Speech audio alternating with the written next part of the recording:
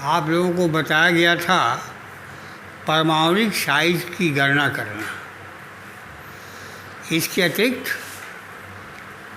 स्थूल भौतिकी में आप लंबाई या दूरी नापने के लिए centimetre, metre, millimetre, vernier caliper और स्क्वेज का उपयोग करते हैं। बड़ी दूरियों के मापन में मान लीजिए आपको किसी मीनार की ऊंचाई ज्ञात करनी है, तो मीनार की ऊंचाई ज्ञात करने के लिए त्रिकोणमितीय विधि ट्रिग्नोमेट्रिकल मेथड का उपयोग करते हैं। जैसे मान लीजिए मीनार है जिसका आधार बिंदु O है, ए मीनार की चोटी है। मीनार के आधार बिंदु से एक पृथ्वी पर बिंदु B लीजिए जिसकी दूरी आधार से x है। दूरदर्शी की सहायता से, दूरदर्शी करना बहुत ठीक नहीं है, उसके लिए जो उपकरण है उसको सेक्सटेंट कहते हैं। क्या कहते हैं? सेक्सटेंट।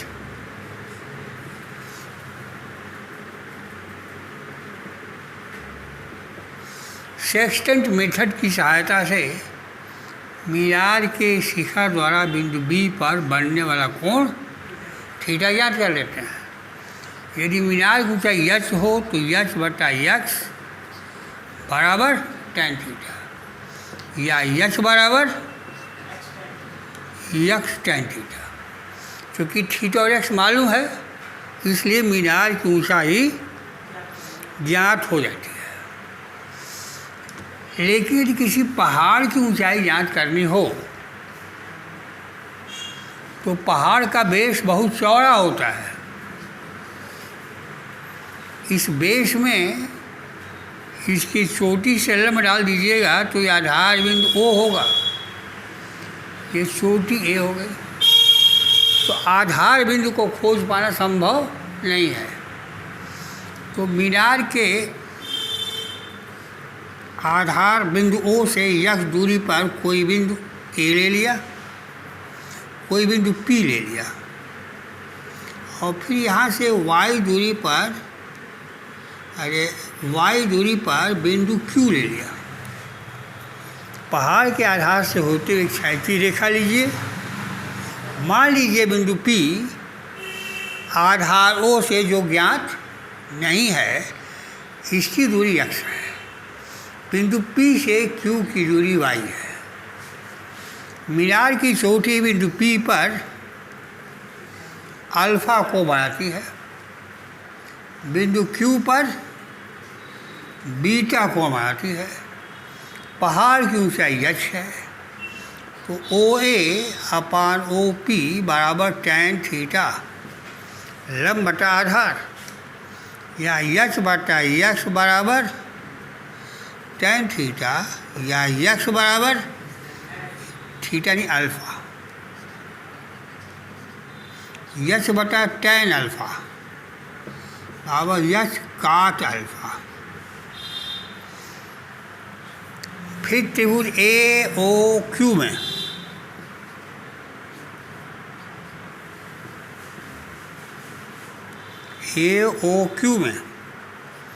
h या OA/OQ बराबर tan beta.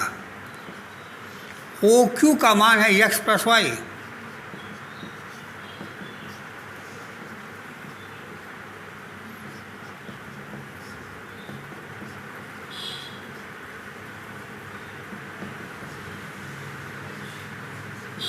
h cot beta.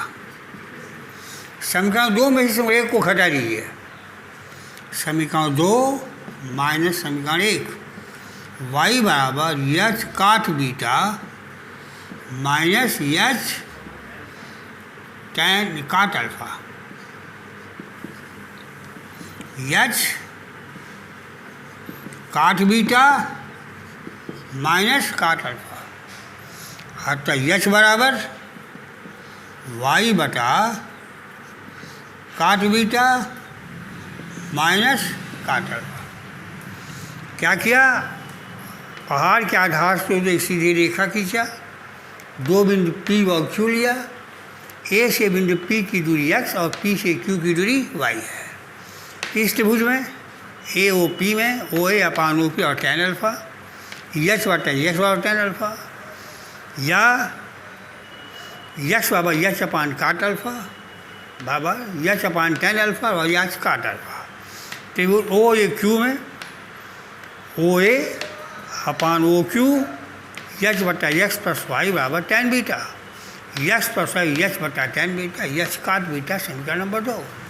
समीकरण 2 में से एक को घटा दिया, y बराबर x काट बीटा माइनस x काट अल्फा, x कॉमन ले लिया, काट बीटा माइनस काट अल्फा, इसलिए x बराबर y बटा काट बीटा माइनस काट अल्फा।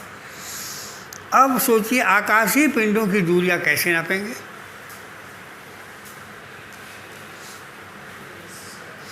मान लीजिए चंद्रमा की आकाशीय पिंडों की दूरियों का मापन।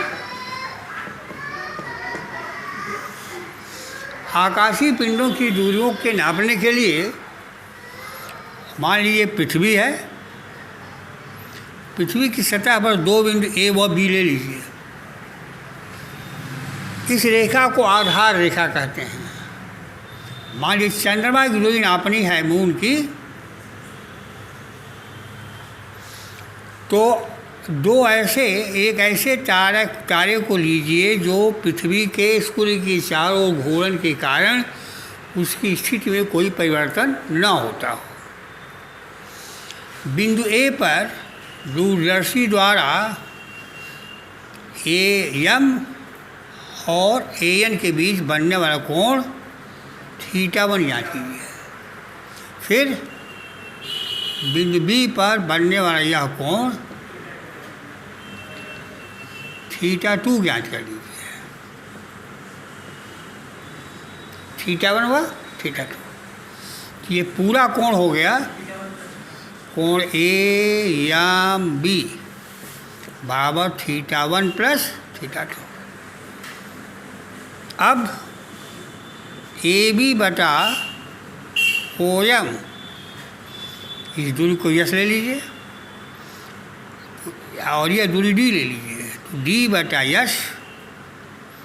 बटा यस 4 बटा त्रिज्या बराबर θ1 प्लस θ2, या यस बराबर D बटा θ1 प्लस θ2। सुविधाजनक क्या होता है कि आधार रेखा आप मनमाने ढंग से न लें। आप जानते हैं कि पृथ्वी सूर्य के चारों तरफ एक चक्कर लगा लेती है, तो ये सूर्य की स्थिति हो गई। सूर्य के चारों ओर पृथ्वी एक चक्कर लगा लेती है। कितने दिनों में? 365 दिन, एक वर्ष में। मान लीजिए पृथ्वी बिंदु A पर है, ये चंद्रमा है, ये आपका वह स्थिर तारा है यन, यह कोण θ1 हो गया। अब 6 महीने बाद यह बिंदु B यहाँ आएगा,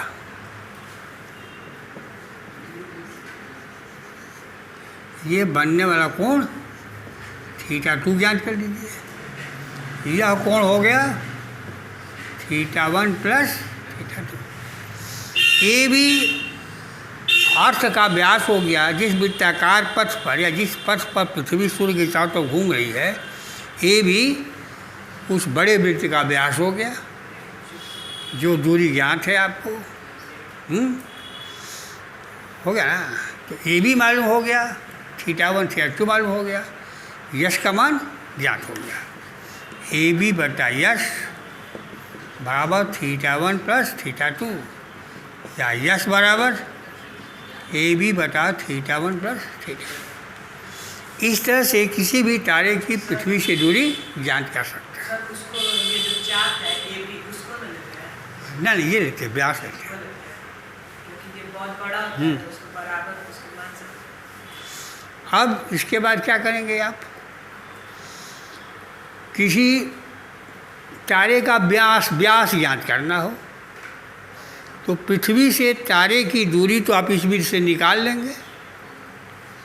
जब दूरी ज्ञात हो गई आपको तो आप दूरदर्शी में, ऑब्जर्वर है, दूरदर्शी में इस तारे को देखिए तो आपको एक गोल धब्बा दिखाई देगा। यदि हम दूरदर्शी से इस तारे को देखें तो दूरदर्शी में एक धब्बा दिखाई देगा वृत्ताकार। इस धब्बे के व्यास द्वारा इस नेत्र पर बनने वाला कोण थीटा ज्ञात कर लीजिए। तो D/S बराबर थीटा, T बराबर यस थीटा। ये तो हो गया आकाशीय पिंडों की दूरियों का मापन। दूसरी विधि है, तीसरी विधि कह लीजिए, परावर्तन द्वारा। यदि किसी ध्वनि तरंगों को किसी परावर्तक तल से भेजते हैं तो परावर्तित होकर वापस लौटती है और परावर्तित ध्वनि हमको सुनाई देती है, जिसको प्रतिध्वनि कहते हैं। यदि किसी पहाड़ी के पास खड़े होकर आप बोलें तो कुछ देर बाद आपको अपनी ही ध्वनि सुनाई देती है, क्योंकि वह पहाड़ से परावर्तित होकर वापस लौटती है। इस ध्वनि को प्रतिध्वनि कहते हैं। प्रतिध्वनि को सुनाई देने के लिए आवश्यक है कि आपने जो स्वर उच्चरित किया है और जो सुन रहे हैं उनके बीच का टाइम गैप 1/10 सेकंड से ज़्यादा हो, अन्यथा दोनों ध्वनियाँ एक दूसरे से ओवरलैप कर जाएंगे। इसलिए प्रतिध्वनि को सुनाई देने के लिए आवश्यक है कि स्रोत से परावर्तक तल कम से कम 17 मीटर की दूरी पर हो। तो 17 मीटर की दूरी पर नहीं, मान लीजिए आपको राडार की दूरी निकालनी है, समुद्र में किसी सबमरीन की गहराई ज्ञात करनी है तो उसके लिए अल्ट्रासोनिक वेव्स भेजते हैं। राडार की दूरी निकालनी है तो रेडियो तरंगे भेजते हैं या लेज़र किरणें भेजी जाती हैं। Laser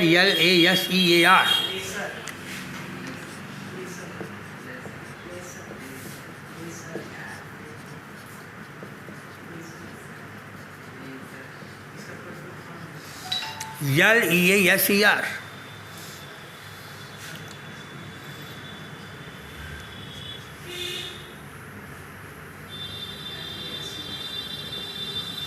light amplification by stimulated radiation. Light amplification by stimulated emission of radiation. क्या फुल फॉर्म हो गया? Light amplification by stimulated emission of radiation. फिर सुन लीजिए, light amplification by stimulated emission of radiation एक ऐसा प्रकाशपुंज है जो बहुत तीव्र होता है, तीव्रता जिसकी ज़्यादा होती है और बिना ऊर्जा खोए बहुत दूरी तक जा सकता है और एक वर्णी होता है, एक ऋषि तरंगदैर्घ्य का प्रकाश होता है। तो दूर की वस्तुओं को देखने के लिए, उनकी दूरी ज्ञात करने के लिए लेज़र किरणों का उपयोग करते हैं। समुद्र के अंदर किसी मरीन की गहराई ज्ञात करने के लिए अल्ट्रासोनिक वेव्स का उपयोग करते हैं। सबका सिद्धांत एक ही है, स्रोत से किरणें जाएंगी, यह दूरी तय करेंगी और यह दूरी वापस लौटेंगी। कुल तय की गई दूरी 2s हो गई। यदि प्रतिध्वनि को सुनने में लगा समय t हो तो 2s बराबर v/t। v ध्वनि की चाल है, चली गई दूरी और वेग गुणे समय, इसलिए यश बराबर v/t/s। चाहे यह t रेडियो वेव्स के कारण द्वारा ज्ञात किया जाए, चाहे लेज़र किरणों द्वारा ज्ञात किया जाए या अल्ट्रासोनिक वेश द्वारा ज्ञात किया जाए, तीनों परिस्थितियों में सूत्र ही होगा। सर तो वो जो एस बराबर यू यू टी यस दूरी गया तरंग और यस दूरी लौटी, कुल कितनी दूरी तय की? 2s दूरी। किस वेग से चली थी?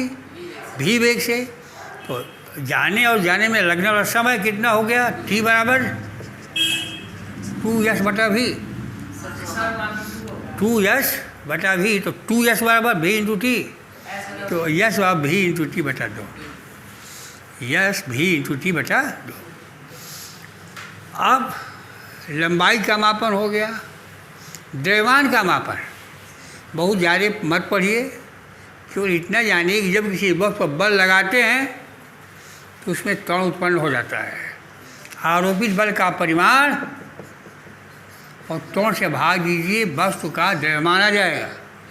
इस द्रव्यमान को कहते हैं जड़त्वीय द्रव्यमान।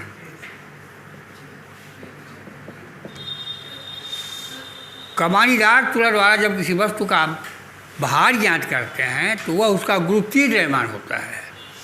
दो पिंडों के भारों का अनुपात उनके गुरुत्वीय द्रव्यमानों के अनुपात के बराबर होता है। गुरुत्वीय द्रव्यमान कहने के लिए तो अलग है, लेकिन परिमाण में दोनों के मान बराबर होते हैं। समय का मात्रक घड़ी से द्वारा नापते हैं, सेकंड द्वारा नापते हैं। कई तरह की घड़ियाँ हैं, पढ़ लीजिएगा। अब कल पढ़ाएंगे प्रतिशत त्रुटि, मापन में त्रुटि। मापन में त्रुटि कितना समय रह गया है अभी?